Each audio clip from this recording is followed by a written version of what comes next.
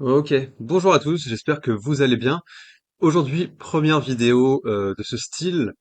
Donc dans cette vidéo, je vais analyser le marketing et le tunnel de vente d'un kiné entrepreneur. Et voilà, c'est un nouveau concept que je mets en place, dont normalement j'ai parlé dans ma dernière vidéo, mon dernier short. Euh, c'est un truc que je faisais il y a longtemps. Enfin, c'est un des trucs que j'ai fait quand j'ai commencé à faire du copywriting.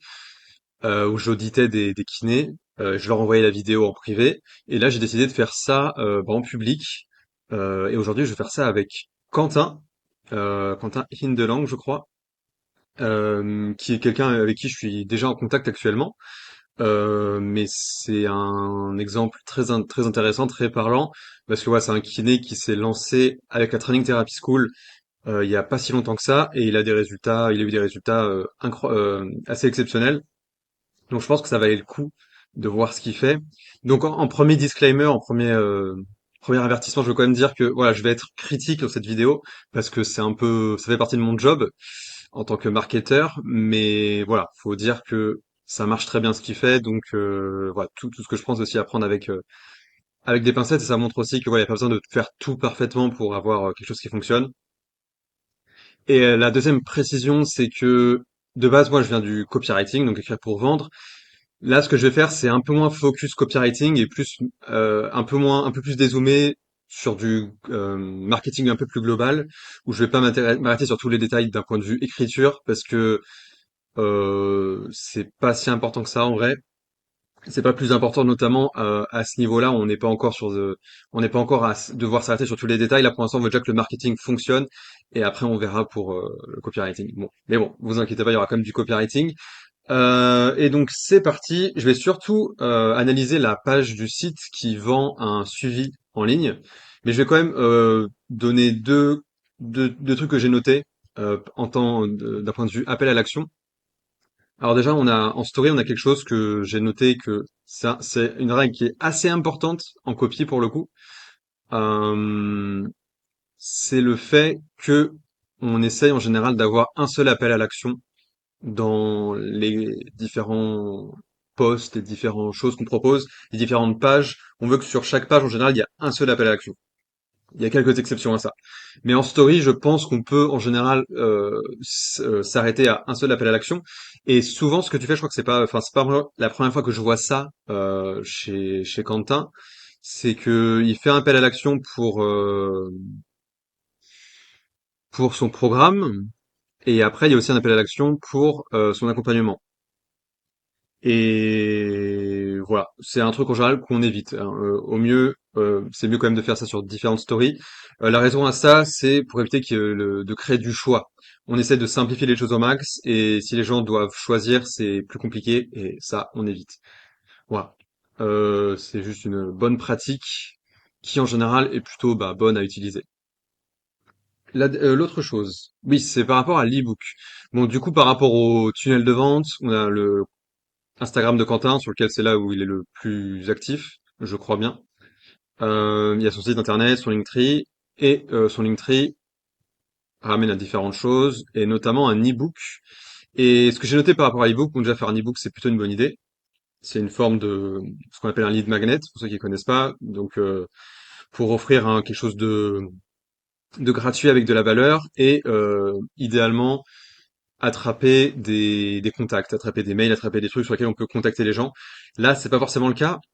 Mais il y a un truc que je ferais du coup différemment par rapport à Seed Magnet. Alors c'est pas forcément attraper des emails, quoi que ça pourrait se faire, mais là le truc qui est dommage, c'est que à la fin d'un lead magnet, il faut un appel à l'action clair. Et là, on en a un, mais il est pas clair. Donc si vous souhaitez un accompagnement personnalisé, je suis à votre disposition pour vous aider. Voilà. Donc ok, très bien. Ça aurait été bien qu'il soit un peu plus direct, genre avec un lien directement. Si vous voulez souhaiter un accompagnement personnalisé, cliquez sur le lien, voilà. Ce serait un peu plus simple, un peu plus direct. Encore une fois, on voit que c'est un truc de rendre les choses plus simples pour le prospect, pour le lead. Ce qui peut paraître tout bête, mais je vous assure que ça fait la différence parce que les gens sont sollicités de partout, et plus on rend les choses simples, mieux c'est. Même s'ils sont intéressés, ils veulent aussi que ce soit simple. Et si c'est pas simple, ils vont pas le faire. il y aura moins de chance en tout cas. Et donc vous perdez potentiellement des leads. Vous aurez toujours les meilleurs leads, hein, ceux qui veulent vraiment, vraiment, vraiment votre solution.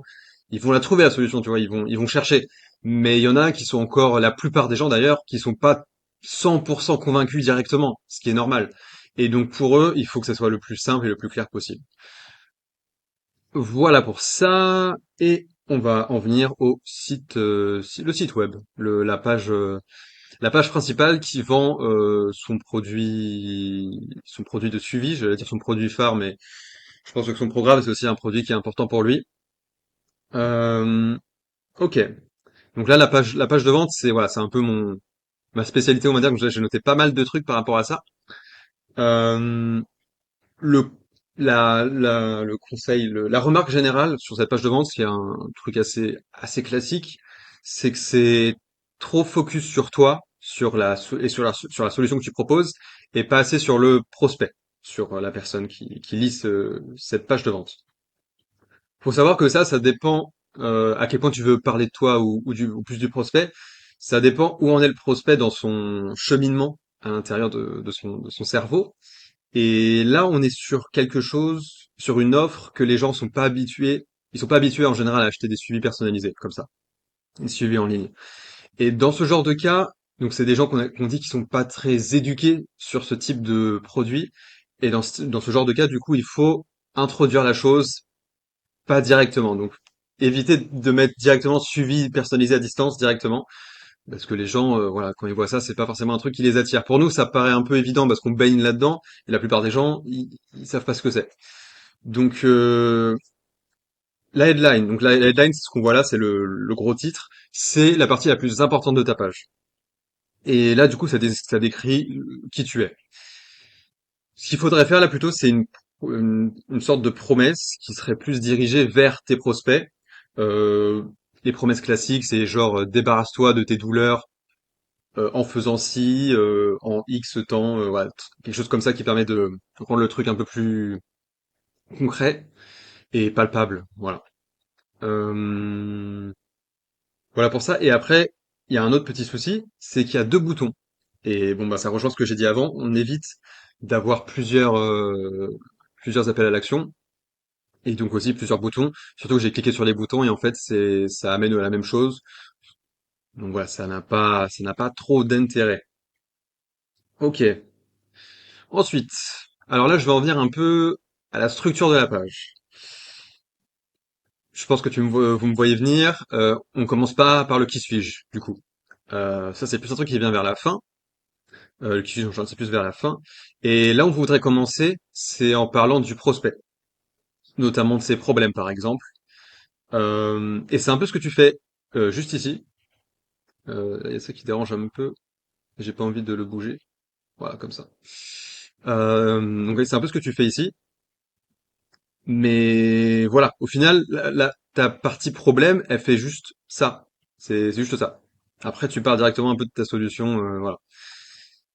Euh, dans ce type de prospect, encore une fois, ça vaut le coup de les chauffer un peu plus, de leur parler un peu plus de leurs problèmes et de leur montrer en quoi tu comprends leurs problèmes. Dans ce cas-là, il y a aussi le fait que, c'est moins ma spécialité, mais bon, bien sûr, tu as Instagram, et sur Instagram, je pense que le travail est déjà en partie fait. Je pense que sur Instagram, tu montres que tu comprends les problèmes de tes prospects. Donc voilà, il y a ça à prendre en compte, parce qu'il y a des pages de vente, des fois, où les gens sont pas du tout, connaissent pas du tout, ils savent pas à qui ils vendent actuellement. Enfin, comment dire, ils tombent un peu sur la page par hasard, et ils connaissent pas la personne derrière. Ils l'ont pas suivi sur Instagram, etc. Dans le cas ici, dans ce cas ici, je pense que les gens t'ont déjà suivi un certain temps sur Instagram, plus ou moins, et t'as pas forcément du coup besoin de leur parler tant que ça de leurs problèmes parce qu'ils savent déjà que tu gères un peu tu les comprends. Mais ce sera pas le cas de tout le monde non plus, donc voilà, je pense quand même que ça vaut le coup de le faire. Et au pire, si les gens ils s'en foutent de cette partie problème, ils peuvent la skipper. C'est un autre conseil qui est important que tu fais déjà assez bien, mais il faut que la page elle soit skimmable, on dit, qu'on puisse sans lire tout savoir ce que telle section veut dire à peu près. Ce que tu fais encore une fois déjà plutôt bien parce que tu mets bien différentes sections avec des titres, avec un peu de voilà des trucs assez visuels, avec des trucs qui sont mis en évidence, qui aident à lire sans tout lire. Voilà pour ça. Donc la section problème en premier, et ensuite l'introduction à ta solution. Ce que tu fais ici, ce que tu fais bien d'ailleurs, parce que là, avant de vendre ta solution, tu vends la solution du suivi personnalisé, le concept du suivi personnalisé, parce qu'encore une fois, les gens sont pas habitués à ça. Donc ça, c'est plutôt une bonne idée, de se dire pourquoi prendre un suivi personnalisé. Donc ce que tu fais là, et après là, voilà, après avoir dit le pourquoi, tu expliques le comment ça va se passer. Voilà. Au niveau de la communication, au niveau de la chronologie, voilà. Tout ça, ça fait le taf, y a pas de souci là-dessus. Ok, on arrive à une partie assez intéressante, l'offre. Et j'avais vu ta page de vente il y a un certain temps et j'avais noté ça, cette partie-là, que j'ai trouvé intéressante parce que t'as mis un point d'ancrage.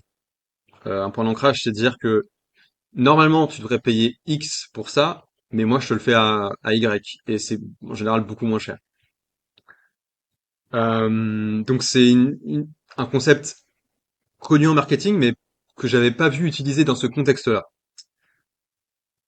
Le problème, c'est que on est sur quelque chose. Là, tu compares des prix. Le problème, c'est que les prix que tu sors, c'est quelque chose qui est remboursé par la Sécu et même par la mutuelle pour la séance ostéo potentiellement. Donc ça fonctionne pas en fait. Ça fonctionne pas. Après, voilà, je sais pas si ça peut quand même.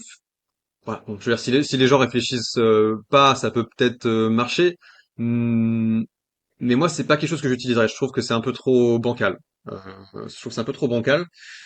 Et par contre, ça veut pas dire qu'il faut pas. Il faut quand même pouvoir comparer les solutions parce que évidemment, une des objections principales que les gens auront en tombant sur ce genre de page, c'est ouais, mais j'ai un kiné qui peut s'occuper de moi, plus ou moins gratuitement du coup. Et du coup là, faut être capable de montrer en quoi ta solution est meilleure. Et pour ça, il y a différentes façons de faire, mais en gros, c'est comparer deux solutions.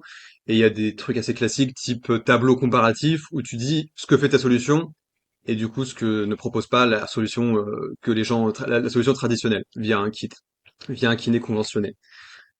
Ouais, c'est plutôt ça que je ferais plutôt que juste parler de prix parce qu'en vrai le prix pour moi c'est pas le bon argument. C'est juste pas le bon argument. Les gens c- la vérité c'est que ça va coûter plus cher. Alors ça en vrai ça va coûter moins cher pour la sécu hein, ça faut le dire, c'est un bon geste pour la France mais bon je partirai pas là-dessus dans ma page de vente.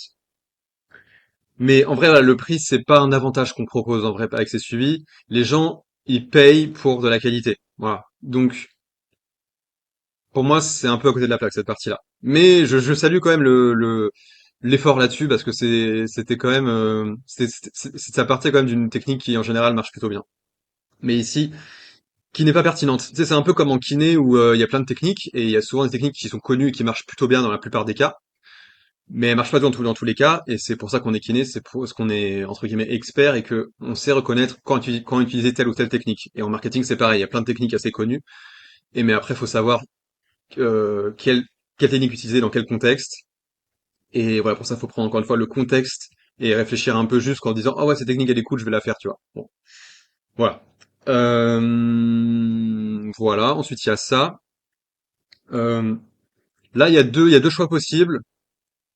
En vrai, dans ton cas, ça me paraît cohérent. Enfin, voilà, si tu proposes ça. Les bilans ont l'air de fonctionner aussi, donc pourquoi pas, pourquoi pas. Et j'ai vu qu'ensuite, en fait, en cliquant, tu tombes sur la même page, mais après et c'est un formulaire à remplir. Et dans le formulaire, tu demandes ce pourquoi ils sont intéressés.